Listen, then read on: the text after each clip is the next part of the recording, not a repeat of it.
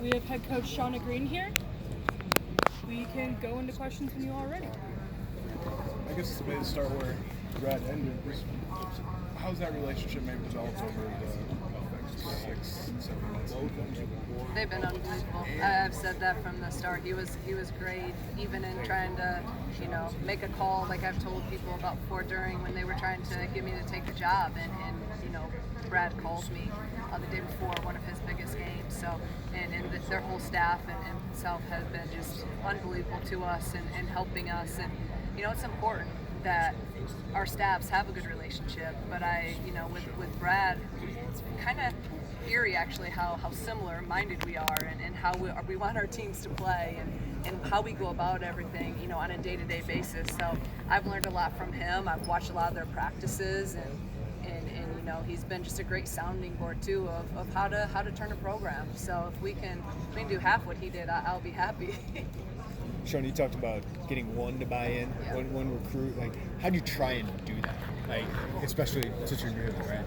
It's been literally nonstop every day recruiting, which recruiting is, right? And it's the main thing in our program. So I think we're close on a couple of these 23s. I think we're almost right there. And then again, once you can get the one, then they can start recruiting each other as well because they want to be with great players. Our players have done an unbelievable job of on visits and the relationship piece of recruiting as well because they understand it's not just one or two players. We need a lot of elite players in order to get done what we came here to get done.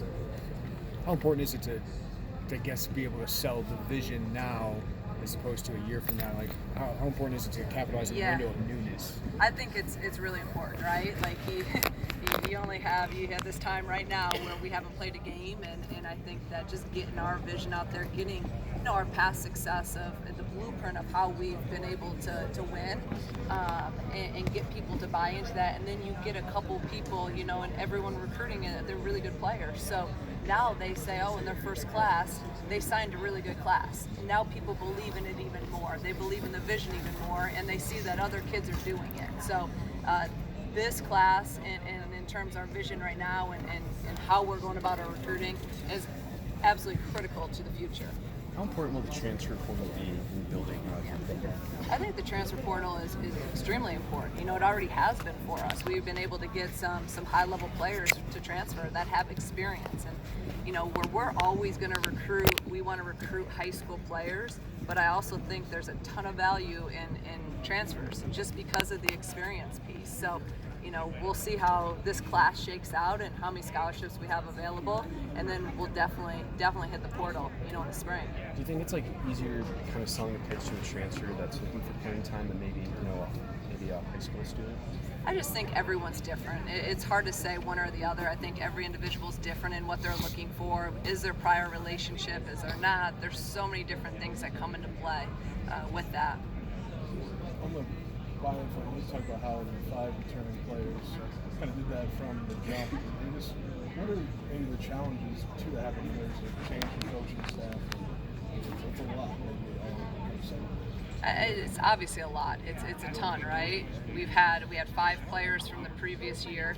We have transfers, and then you have true freshmen. So it's essentially a brand new team.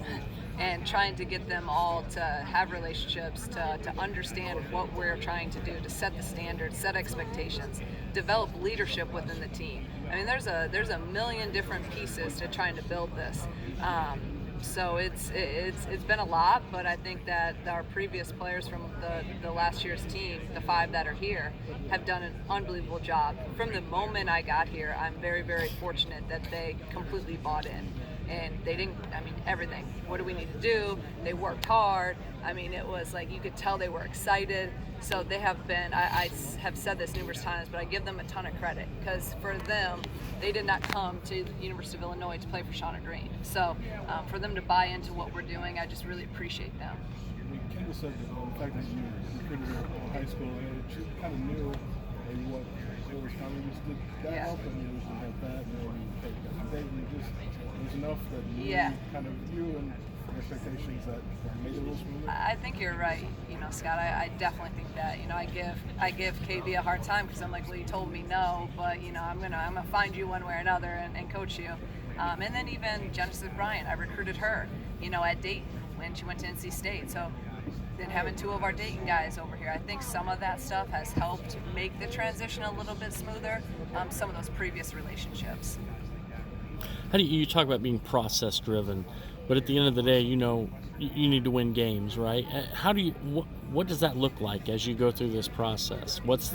As you take steps moving yourself up the Big Ten ladder? Yeah, I do believe that if we go about our process every day, then some of those W's will start coming. So everyone says they want to win. Everyone says they want to, win a championship. But it's okay. How are you going to go about, business every single day, and how are you going to, win as many moments as you can day by day? So that's truly is I know it sounds very simplistic, but it's very hard because it's trying to do things at an elite level every day, and have been for us.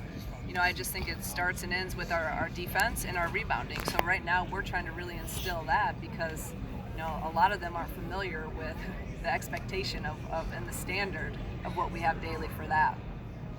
Kind of came into the job and your first practice you have 5 players. How challenging is that to start and have to kind of build the team so quickly? Yeah, it was interesting because that first and the spring workouts, we had five guys that we're doing workouts with. But I also think I look at it from the positive side of it that we got and I got a lot of time with just those 5 and with no one else here, just our returners. They got to know me. I got to spend a lot of time and meet with them individually. And then we got a ton of just one-on-one time on the court and really got to establish the fundamentals, the foundation, the principles, which is what, again, we hang our hat on. So I think it was beneficial for our players. We changed some of their shots.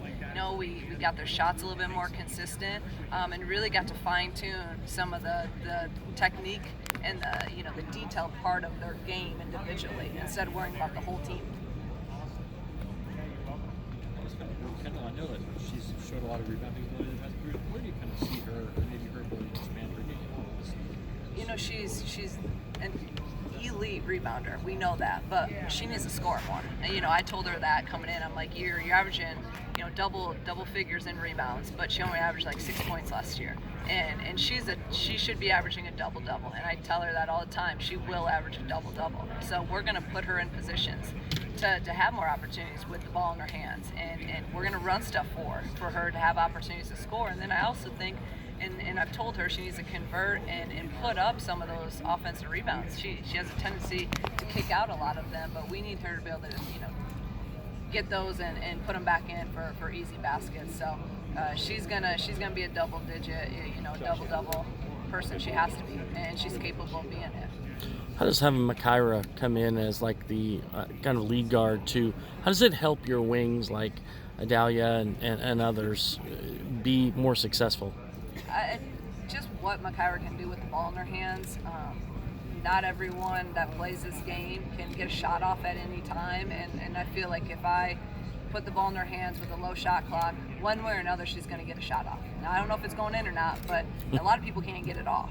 So she just has that ability to create her own shot, which a lot of players can't say. So just having her and her experience in our system has been really huge, and I think really made the transition smoother. She understands what we're trying to do. She's grown. She's technically a junior, sophomore with COVID year, but she has 2 years in our system, and she's really taken a step up in terms of the leadership role. And I think that's what I'm most proud of with her is how she's grown as a leader. I guess she kind of talked earlier about kind of being someone who's a way favor. I guess afterwards, she has a bigger leadership role here in Dayton, obviously. How have you seen her, transition, and what does that kind of look like? Her transition, is that how is she kind of transitioning to that leadership role? What does that kind of look like for you guys? Yeah, it's a new role for her because last year we had veterans and she was playing with 5th, 6th-year seniors, so she kind of just could play and do her thing. Well, now she needs to be our leader, and she's really taken that and ran with it. So I give her, it's not easy for her, and it's a little bit out of her comfort zone to be, at times, but she's done an unbelievable job. She's stepped up and she's very vocal, and then she's been consistent in terms of her work ethic every single day. So, and again, I say it again, the experience in the system. So she's she's made a major strides in a short time in terms of her leadership. You obviously had some experience in the Big Ten and Northwestern. What's it like maybe being a Big Ten media days, leading a program, and maybe for the Big Ten to do this again, so you know, have men's and women's together?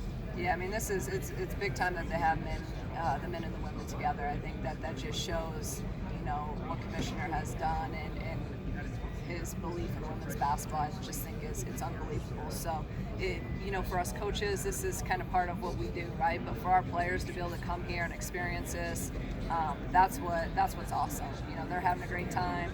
They get this experience, and that's what it's about. So, but super excited to be in the league. Again, it's one of the major reasons why I decided to, you know, to come to Illinois, was to be able to compete in a conference like the Big Ten and compete against the best every single night.